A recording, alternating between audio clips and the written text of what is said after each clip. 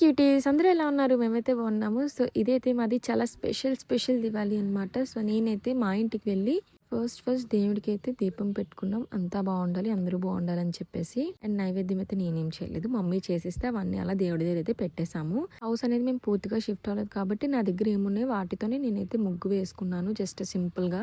And ఇక్కడైతే తేజ మా ఇద్దరి కోసం దివ్వలు అనేవి ప్రిపేర్ చేస్తున్నాను అనమాట.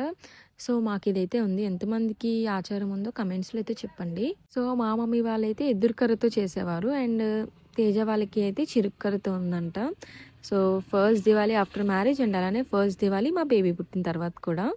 సో మా ఇంటి దగ్గర అయితే ఒక 2 జస్ట్ మేము ఎక్కువ క్రాకర్స్ అనేది ఏవి ప్లాన్ చేయలేదు. లాస్ట్ టైం అయితే కొంచెం కాల్చాం, బట్ ఈసారి ఏమీ కాల్చలేదు. యాక్చువల్లీ నాకైతే ఎప్పుడూ నచ్చదు, బట్ తేజకు చాలా అంటే చాలా ఇష్టం.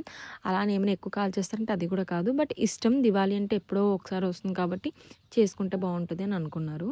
నాకైతే ఎప్పుడు కూడా జస్ట్ ఇలా కాకరపోతులు అండ్ దట్ చుంచుడు బుడ్లు ఇవే ఇష్టం, ఇంకేవి నచ్చవు పెద్దగా.